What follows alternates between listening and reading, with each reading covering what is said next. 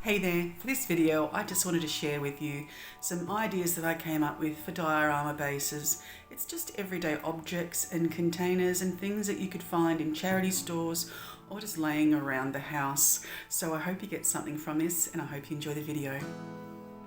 The first of the bunch is this craft box that I found at a hardware store, and it's beautiful and straight and deep, and it has a really nice lid.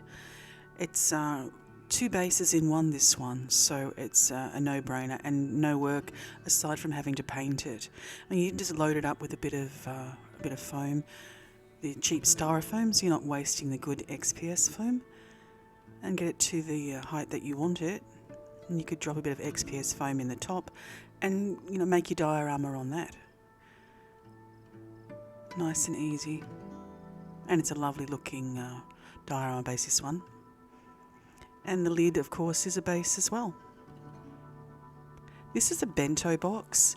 It's already lacquered. It's got a lovely stain and a nice grain of wood, and it's got a nice lip on the top of the box and also on the base of the box, which I really like for two reasons. One is because it's just a nice shape, but also you wouldn't have to fill it with foam. You could drop a piece on top and it would be right to go the way it is. Nice and easy, this one. I like that grain, it's really good. This is just an old sewing box I found at a charity store.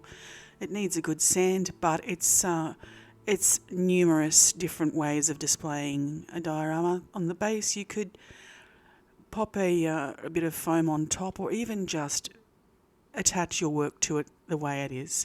You could put foam inside and then build it up from there. You could use the lid as a separate base or put it on top and have more height and the shape as it sort of builds up in tiers. It's really nice. You could also flip it over and use the lid separately just for a low-lying diorama base.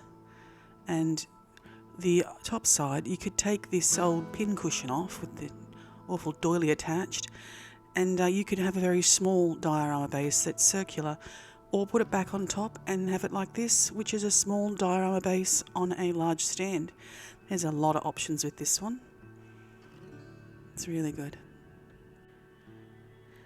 This is a good one too. I've done a diorama on one of these before, just a plant pot for a bonsai. It's got a beautiful shape about it. It'd be excellent for an oriental style diorama.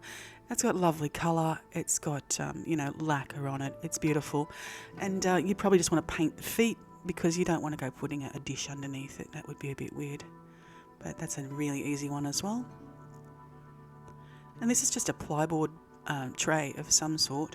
You don't have to make it. You just pay a couple of bucks. You've got yourself a base, a bit of stain and some lacquer, and you've got yourself a very tidy, easy base for a diorama. The last ones are some lids off candles. One's cork. It's a nice one, this one. It's got a nice shape, the way it sort of drops down as well. It's nice and low-lying. It'd be good for display pieces, probably for tabletop gaming pieces like that. And this is a granite one. I don't know if I'd use it, but it's really nice and weighty. I don't like the colour, so I'm not sure about painting it, but it's still an idea. And you could drop it on top of another, and see the way it sort of builds up like that?